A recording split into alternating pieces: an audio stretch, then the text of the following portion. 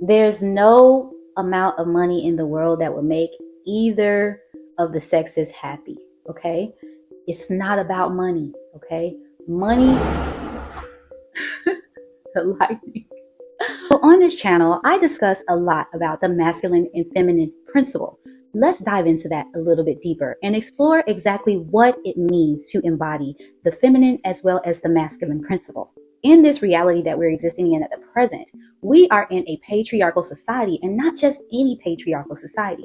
This society is built on the lower nature, the root chakra, complete survival, animal instinct, fight or flight, fear-based patriarchal system. Men in this patriarchal society tend to spend a lot of time in the root area or the root chakra area, which is primal, it's instinctive, it's animalistic. It only focuses on one particular aspect, which is the sacral energy or the survival energy, or I just need to have this, gimme, gimme, gimme. Is very animalistic. It is not indulgent of any of the other centers in their experience with the feminine divine.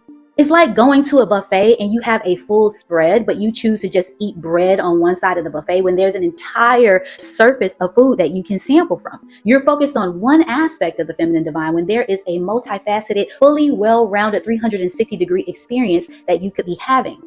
Because men are in this lower energy and they're operating strictly on animal instinct and not using the intellect of the crown chakra, the heart chakra, which is based on love, and all of the other energy centers to help them make a decision on a mate and see the feminine divine for what she truly is, women respond in kind. Out of this patriarchal society, there are several movements that have been born. We have the feminism aspect, which is I can do anything you can do and I can do it better, and women grow weary of that. And then you have this femininity movement that is kind of born out of a need of survival, and it's basically saying that since you're going to be only in your animal instinct, then I'm going to be in my survival instinct, which means I'm going to perform what is necessary to get my needs met. Root chakra energy is very primal. It's a very necessary energy because you need fight or flight. You need your fear instinct in order for you to survive, for you to make it. However, it's important for us not to solely operate in the root chakra when it comes to matters of love. This is why you mix your crown chakra intellect with the root chakra energy and you form the color pink, which is a softer, more feminine, more soft kind of love that's mixed with the understanding of how you should be treating each other, as well as the primal. You're not missing anything. You're just using more of your energy centers to develop a different form of love.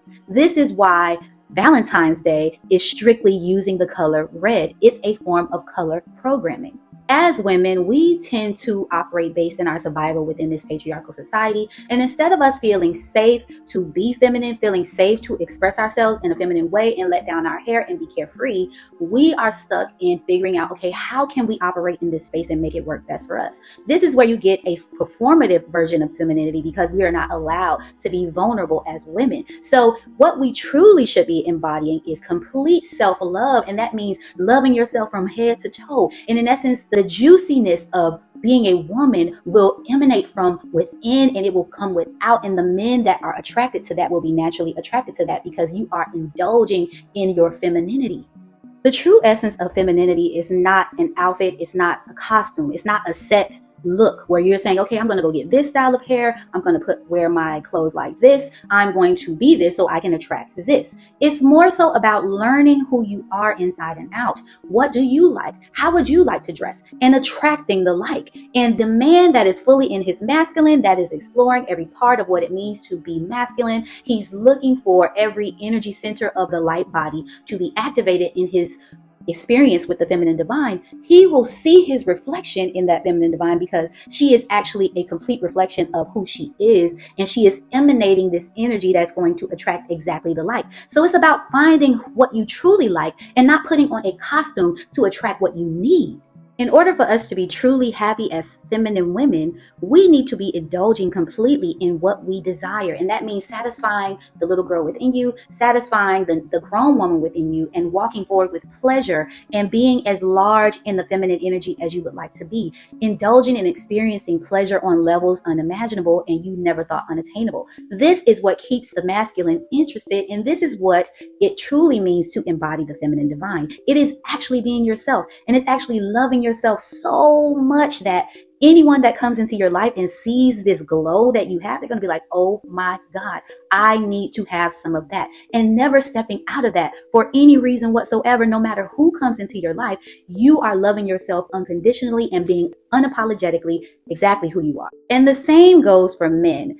There has been a conditioning in terms of what beauty represents and what it looks like. And there's this template that has been given or dropped into the consciousness of men, and they believe that this is what they should be pursuing, which is only one aspect of a feminine body.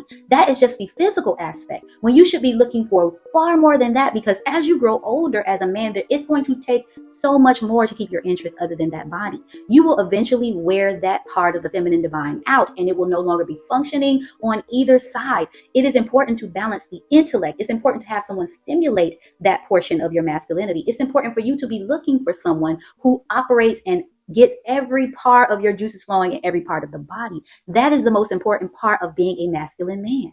Aesthetics don't last always, okay? We will not have these bodies forever. Things age, things change. And in order for you to fully experience love, you have to activate your entire light body. And that means your intellect, your third eye chakra, which means that you see and you can see who that person is for who they truly are. Until you're willing to actually see a person for who they truly are, meaning that I'm not just coming in for one aspect of you, which is the root or the sacral chakra. I'm coming in for your heart. I'm coming in for your intellect, your mind, the things that you can see that I cannot. Those are the things that you should be looking for when you are the masculine divine. And you should not be focused on just one aspect of the woman, which is her outward appearance, because that is not sufficient to sustain any relationship in the long term.